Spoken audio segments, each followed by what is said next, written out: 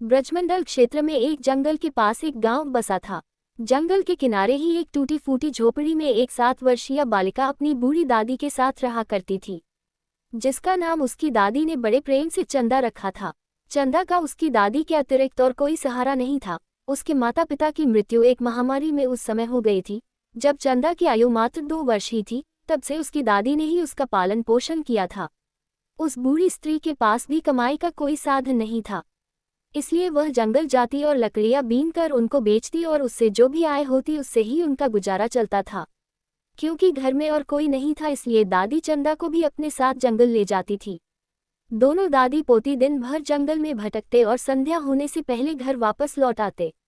यही उनका प्रतिदिन का नियम था।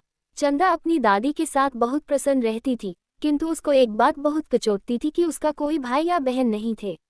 गांव के बच्चे उसको इस बात के लिए बहुत चिढ़ाते थे तथा उसको अपने साथ भी नहीं खेलने देते थे। इससे वह बहुत दुखी रहती थी। अनेक बार वह अपनी दादी से पूछती कि उसका कोई भाई क्यों नहीं है। तब उसकी दादी उसको प्रेम से समझाती, कौन कहता है कि तेरा कोई भाई नहीं है, वह है ना कृष्ण कन्हैया, वही तेरा भाई है। ये कहकर दादी लड्डू गोपाल की ओर संकेत कर देती। चंदा की झोपड़ी में एक पुरानी किंतु बहुत सुंदर लड्डू गोपाल की प्रतिमा थी जो उसके दादाजी लाए थे। चंदा की दादी उनकी बड़े मन से सेवा किया करती थी, बहुत प्रेम से उनकी पूजा करती और उनको भोग लगाती। निर्धन स्त्री पकवान मिष्ठान कहाँ से लाए जो उनके खाने के लिए रूखा सूखा होता, वही पहले भगवान को भोग लगाती, फिर चंदा के साथ बैठकर खुद खाती। चंदा के प्रश्न सुनकर वह उस लड्डू गोपाल की ओर ही संकेत कर देती। बालमन चंदा लड्डू गोपाल को ही अपना भाई मानने लगी। वह जब दुखी होती तो लड्डू गोपाल के सम्मुख बैठकर उनसे बात करने लगती और कहती कि भाई तुम मेरे साथ खेलने क्यों नहीं आते, सब बच्चे मुझको चिढ़ाते हैं, मेरा उपहास करते हैं, मुझको अपने साथ भी नहीं खिलाते, मैं अकेली रहती हूँ, तुम क्यों नहीं आते? क्या तुम मुझसे रूठ गए हो जो एक बार भी घर नहीं आते? मैंने तो तुमको कभी देखा भी नहीं। अपनी बाल कल्पनाओं में खोई चंदा लड्डू गोपाल से अपने मन का सारा दुख कह देती। चंदा का प्रेम निश्चल था, वह अपने भाई को पुकारती थी। उसके प्रेम के आगे भगवान भी नतमस्तक हो जाते थे, किंतु उन्होंने कभी कोई उत्तर नहीं दिया। एक दिन चंदा ने अपनी दादी से पूछा, दादी मेरे भाई घर क्यों नहीं आते, वह कहाँ रहते हैं? तब दादी ने उसको टालने के उद्देश्य से कहा, तेरा भाई जंगल में रहता है, एक दिन वह अवश्य आएगा। चंदा ने पूछा, क्या उसको जंगल में डर नहीं लगता, वह जंगल में क्यों रहता है? तब दादी ने उत्तर दिया, नहीं, वह किसी से नहीं डरता, उसको गांव में अच्छा नहीं लगता, इसलिए वह जंगल में रहता है। धीरे धीरे रक्षाबंधन का दिन निकट आने लगा। गांव में सभी लड़कियों ने अपने भाइयों के लिए राखियां खरीदी। वह चंदा को चिढ़ाने लगी कि तेरा तो कोई भाई नहीं, तू किसको राखी बंधेगी? अब चंदा का सब्र टूट गया, वह घर आकर जोर जोर से रोने लगी। दादी के पूछने पर उसने सारी बात बताई। तब उसकी दादी भी बहुत दुखी हुई। उसने चंदा को प्यार से समझाया कि मेरी बच्ची तू रो मत, तेरा भाई अवश्य आएगा। किंतु चंदा का रोना नहीं रुका। वह लड्डू गोपाल की प्रतिमा के पास जाकर उससे लिपटकर जोर जोर से रोने लगी और बोली कि भाई तुम आते क्यों नहीं? सब भाई अपनी बहन से राखी बंधवाते हैं, फिर तुम क्यों नहीं आते? उधर गोविंद चंदा की समस्त चेष्टाओं के साक्षी बन रहे थे। रोते रोते चंदा को याद आया कि दादी ने कहा था कि उसका भाई जंगल में रहता है। बस फिर क्या था, वह दादी को बिना बताए नंगे पांव ही जंगल की ओर दौड़ पड़ी। उसने मन में ठान लिया था कि वह आज अपने भाई को लेकर ही आएगी। जंगल की कांटों भरी राह पर वह मासूम दौड़ी जा रही थी। श्री गोविंद उसके साक्षी बन रहे थे। तभी श्री हरि गोविंद पीड़ा से कराह उठे, उनके पांव से रक्त बह निकला। आखिर हो भी क्यों ना श्री हरि का कोई भक्त पीड़ा में हो और भगवान को पीड़ा ना हो, ये कैसे संभव है? जंगल में नन्ही चंदा के पांव में कांटा लगा तो भगवान भी पीड़ा से कराह उठे। उधर चंदा के पैर में भी रक्त बह निकला, वह वहीं बैठकर रोने लगी। तभी भगवान ने अपने पांव में उस स्थान पर हाथ फेरा जहां कांटा लगा था। पलक झपकते हैं चंदा में पांव से रक्त बहना बंद हो गया और दर्द भी ना रहा। वह फिर से उठी और जंगल की ओर दौड़ चली। इस बार उसका पांव कांटों से छलनी हो गया, किंतु वह नन्ही सी जान बिना चिंता किए दौड़ती रही। उसको अपने भाई के पास जाना था। अंततः एक स्थान पर थक कर रुक गई और रो रो कर पुकारने लगी, भाई तुम कहाँ हो, तुम आते क्यों नहीं?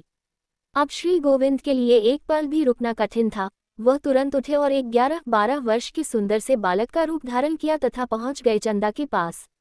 उधर चंदा थक कर बैठ गई थी और सर झुकाकर रोए जा रही थी। तभी उसके सर पर किसी के हाथ का स्पर्श हुआ और एक आवाज सुनाई दी, मैं आ गया मेरी बहन, अब तू न रो। चंदा ने सर उठाकर उस बालक को देखा और पूछा, क्या तुम मेरे भाई हो?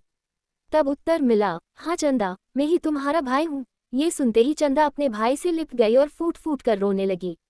तभी भक्त और भगवान के मध्य भाव और भक्ति का एक अनूठा दृश्य उत्पन्न हुआ। भगवान वही धरती पर बैठ गए। उन्होंने नन्ही चंदा के कोमल पैरों को अपने हाथों में लिया और उसको प्रेम से देखा। वह छोटे छोटे कोमल पांव पूर्ण रूप से कांटों से छलनी हो चुके थे, उनमें से रक्त बह रहा था। ये देखकर भगवान की आंखों से आंसू बह निकले। उन्होंने उन नन्हे पैरों को अपने माथे से लगाया और रो उठे। अद्भुत दृश्य। बहन भाई को पाने की प्रसन्नता में रो रही थी और भगवान अपने भक्त के कष्ट को देखकर रो रहे थे। श्री हरि ने अपने हाथों से चंदा के पैरों में चुभे एक एक कांटे को बड़े प्रेम से निकाला, फिर उसके पैरों पर अपने हाथ का स्पर्श किया। पल भर में सभी कष्ट दूर हो गया। चंदा अपने भाई का हाथ पकड़कर बोली, भाई तुम घर चलो, कल रक्षा बंधन है, मैं भी रक्षा बंधन करूंगी। भगवान बोले, अब तू घर जा, दादी प्रतीक्षा कर रही होगी, मैं कल प्रातः घर अवश्य आऊंगा। ऐसा कहकर उसको विश्वास दिलाया और जंगल के बाहर तक छोड़ने आए। अब चंदा बहुत प्रसन्न थी, उसकी सारी चिंता मिट गई थी। घर पहुंची तो देखा कि दादी का रो रो कर बुरा हाल था। चंदा को देखते ही उसको छाती से लगा लिया। चंदा बहुत पुलकित थी, बोली, दादी अब तू रो मत, कल मेरा भाई आएगा, मैं भी रक्षा बंधन करूंगी। दादी ने अपने आंसू पोंछे। उसने सोचा कि जंगल में कोई बालक मिल गया होगा जिसको यह अपना भाई समझ रही है। चंदा ने दादी से जिद करी और एक सुंदर सी राखी अपने भाई के लिए खरीदी। अगले दिन प्रातः ही वह नहा धोकर अपने भाई की प्रतीक्षा में द्वार पर बैठ गए। उसको अधिक प्रतीक्षा नहीं करनी पड़ी, थोड़ी देर में ही वह बालक सामने से आते दिखाई दिया। उसको देखते ही चंदा प्रसन्नता से चीख उठी, दादी भाई आ गया। और वह दौड़कर अपने भाई के पास पहुंच गई, उसका हाथ पकड़कर घर में ले आई। अपनी टूटी फूटी चारपाई पर बैठाया, बड़े प्रेम से भाई का तिलक किया, आरती उतारी और रक्षा बंधन किया। सुंदर राखी देखकर भाई बहुत प्रसन्न था। भाई के रूप में भगवान उसके प्रेम को देखकर विभोर हो उठे थे। अब बारी उनकी थी। भाई ने अपने साथ लाए झोले को खोला तो खुशियों का अंबार था। सुंदर कपड़े, मिठाई, खिलौने और भी बहुत कुछ। चंदा को मानो पंख लग गए थे। उसकी प्रसन्नता का ठिकाना नहीं था। कुछ समय साथ रहने के बाद वह बालक बोला, अब मुझको जंगल में वापस जाना है। चंदा उदास हो गई। तब वह बोला, तू उदास ना हो, आज से प्रतिदिन मैं तुमसे मिलने अवश्य आऊंगा। अब वह प्रसन्न थी। बालक जंगल लौट गया। उधर दादी असमंजस में थी, कौन है यह बालक, उसकी कुछ समझ में नहीं आ रहा था। किंतु हरि के मन की हरि ही जाने। भाई के जाने के बाद जब चंदा घर में वापस लौटी तो एकदम ठिठक गई। उसकी दृष्टि लड्डू गोपाल की प्रतिमा पर पड़ी तो उसने देखा कि उनके हाथ में वही राखी बंधी थी जो उसने अपने भाई के हाथ में बांधी थी।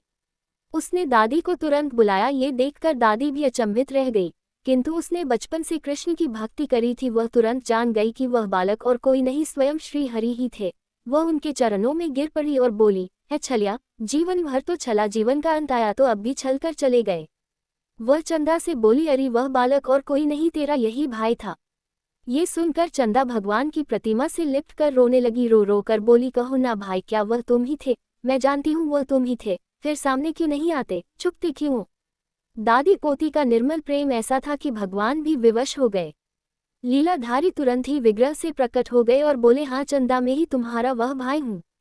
तुमने मुझको पुकारा तो मुझको आना पड़ा, और मैं कैसे नहीं आता। जो भी लोग ढोंग, दिखावा, पाखंड रचते हैं उनसे मैं बहुत दूर रहता हूँ, किंतु जब मेरा कोई सच्चा भक्त प्रेम भक्ति से मुझको पुकारता है तो मुझको आना ही पड़ता है।